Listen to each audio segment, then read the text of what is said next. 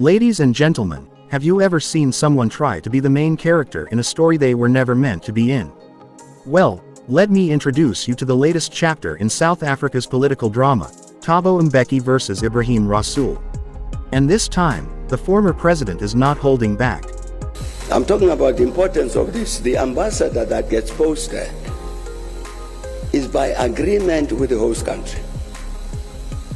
With the host country having made their own assessment that this person of such caliber and quality, that indeed this is a person that the head of state can engage.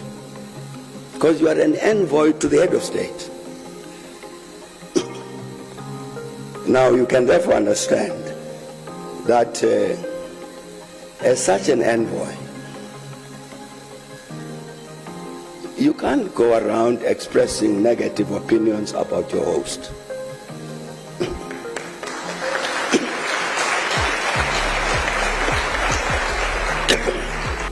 You can't make speeches, you say, that one doesn't wash. He's smelly. You can't do that. It may be correct, but you can't say that. Because it means, from then onwards, there is no way I can talk to him. So I'm saying that the post of ambassador has got particular restrictions. There's even conventions, Vienna Convention, which govern the behavior of diplomats. Ebrahim Rasool is an old friend and comrade of mine. But I think in this instance he made a mistake. He said things about his host president, which he should not have said. So, picture this: Ebrahim Rasool, former South African ambassador to the US, decides to go full public relations mode, denouncing none other than Donald Trump. Now, on the surface, that might seem like a noble move. Who doesn't love a good political takedown? But then, in steps Thabo Mbeki, looking at Rasool like an old professor watching a student embarrass themselves in a debate they weren't ready for. And in classic Mbeki style, he calls it what it is, a diplomatic misstep. Now, before we dive into Mbeki's critique, let's talk about Rasool for a second. The man has had quite the career: politician, diplomat, and, apparently, now an expert on American political chaos. When he publicly denounced Trump, some South Africans were cheering him on, while others, especially those in the diplomatic community, were shaking their heads. Why? Because diplomacy is about strategy, not soundbites. And Mbeki, a man who navigated the complex world of global politics during his presidency, knows this better than anyone. Mbeki's argument is simple: if you're going to play the international game, you better know the rules. And the number one rule of diplomacy: never make enemies unless you absolutely have to.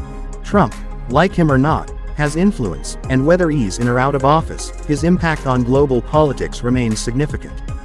By publicly calling him out, Rasool might have made headlines, but at what cost? South Africa doesn't exactly need unnecessary enemies, especially not in Washington, where relationships are already complicated. Let's not forget that the US and South Africa have had a, let's call it a, complicated relationship over the years. Trade deals, diplomatic tensions, and the occasional disagreement over foreign policy have all been part of the dance. So, when a former ambassador goes on a public crusade against a major US political figure, it raises eyebrows, especially in diplomatic circles. And Mbeki, a man who prides himself on intellectual rigor and strategic thinking, sees this as a classic case of emotion over strategy. His critique isn't just about Rasool, it's a reminder to South African politicians and diplomats alike: think before you speak, especially when the world is watching. But here's where it gets even more interesting.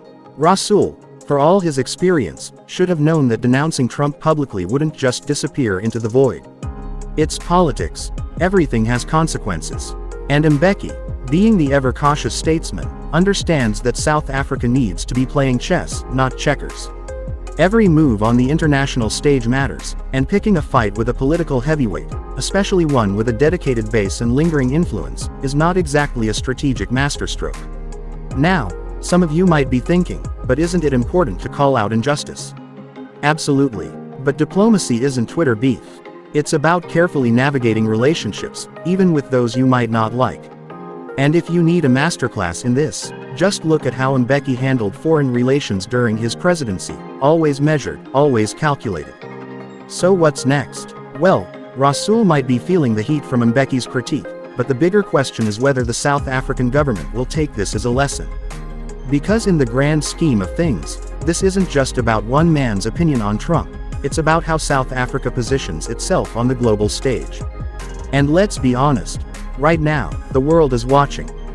With shifting global alliances, economic challenges, and diplomatic tensions rising, every statement, every move matters. South Africa doesn't have the luxury of making enemies unnecessarily. And if there's one thing we can learn from Mbeki's leadership, it's that diplomacy isn't about being the loudest in the room, it's about being the smartest. So, whether you agree with Mbeki or think Rasool was justified in his Trump takedown, one thing's for sure, this debate isn't going away anytime soon. And as always, South African politics never fails to keep us entertained.